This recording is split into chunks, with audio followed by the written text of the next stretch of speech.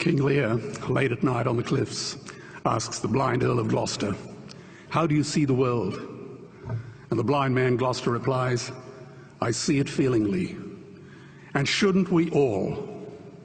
Animals must be off the menu because tonight they are screaming in terror in the slaughterhouses, in crates and in cages, vile, ignoble gulags of despair."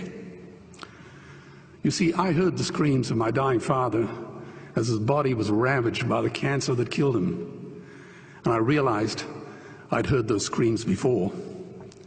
In the slaughterhouse, their eyes stabbed out and their tendons slashed, on the cattle ships to the Middle East, and the dying mother wail as a harpoon explodes in her brain as she calls out to her calf. Their cries were the cries of my father.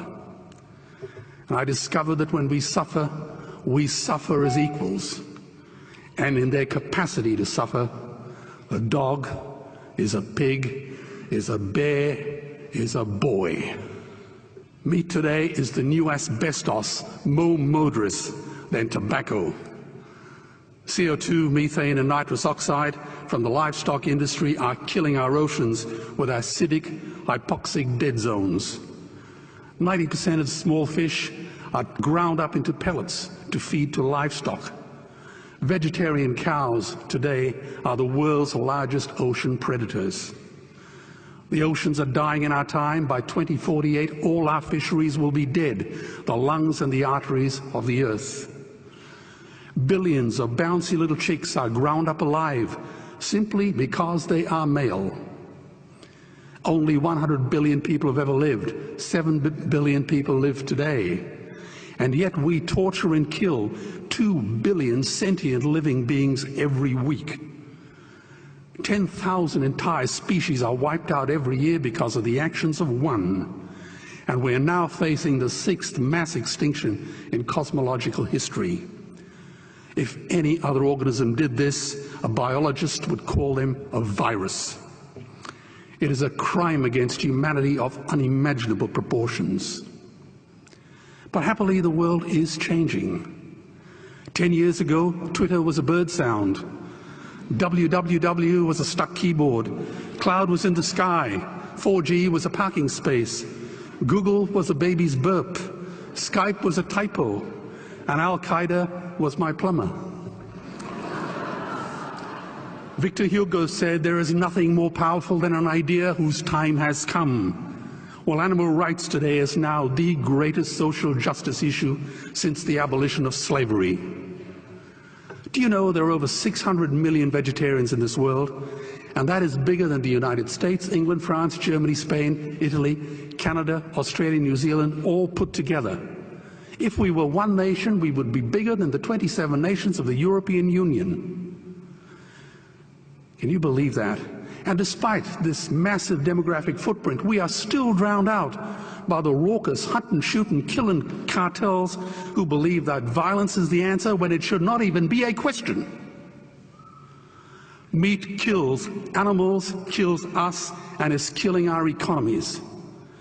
Medicare has already bankrupted the United States. They will need $8 trillion invested in Treasury bills just to pay the interest, and they have precisely zero. They could shut down every school, Army, Navy, Air Force, Homeland Security, Marines, CIA, and FBI, and they still will not have the money to pay their doctor bills.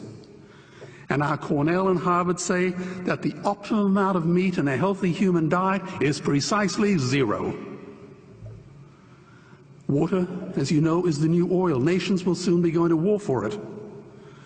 Underground aquifers that took millions of years to fill are now running dry.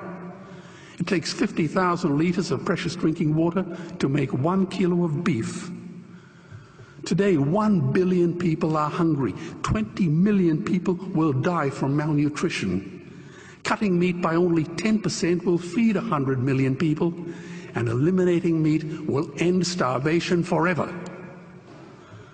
If everyone ate a Western diet, we would need 2 planet Earths to feed us. We've only got one, and she is dying. Greenhouse gas emissions from livestock is 50% greater than transport, as Peter said. Cars, trains, buses, ships, lorries, the whole lot. And as I travel around the world, I see poor countries who sell their grain to the West while their own children starve in their arms. And the West feeds it to livestock so we can eat a steak? Am I the only one who sees this as a crime?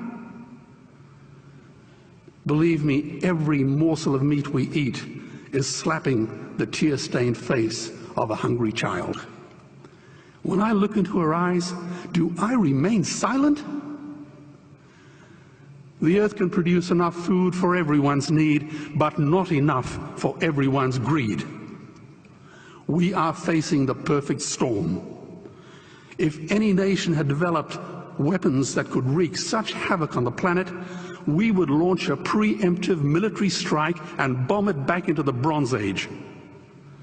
But it's not a rogue state, it's an industry.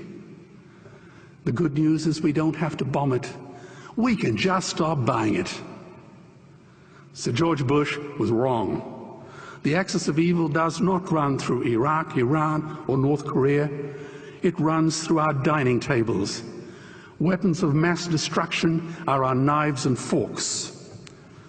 Our proposition is the Swiss Army knife of the future. It solves our environmental, water, human health problems and ends cruelty forever.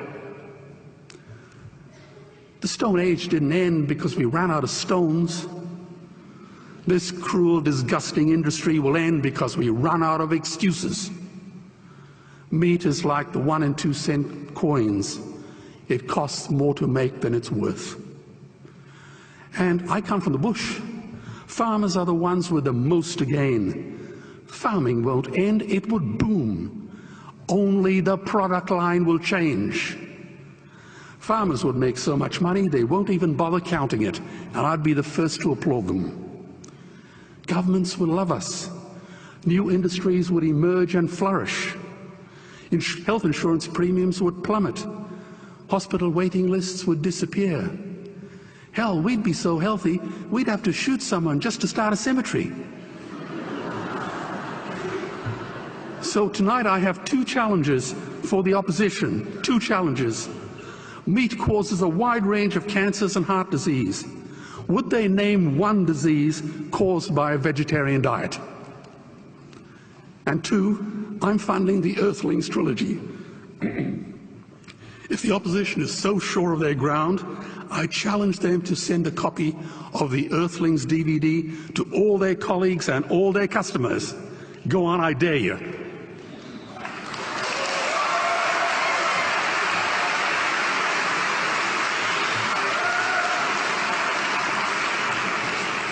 Animals are not just other species, they are other nations, and we murder them at our peril.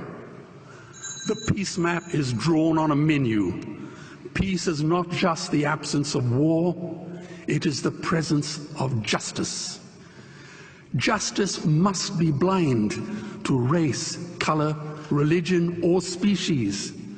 If she's not blind, she will be a weapon of terror. And tonight, there is unimaginable terror in those ghastly Guantanamos we call factory farms or slaughterhouses. Believe me, if slaughterhouses had glass walls, we wouldn't be having this debate tonight. You see, I believe another world is possible. And on a quiet night, I can hear her breathing. Let's get animals off the menu and out of these torture chambers. Please vote tonight for those who have no voice. Thank you.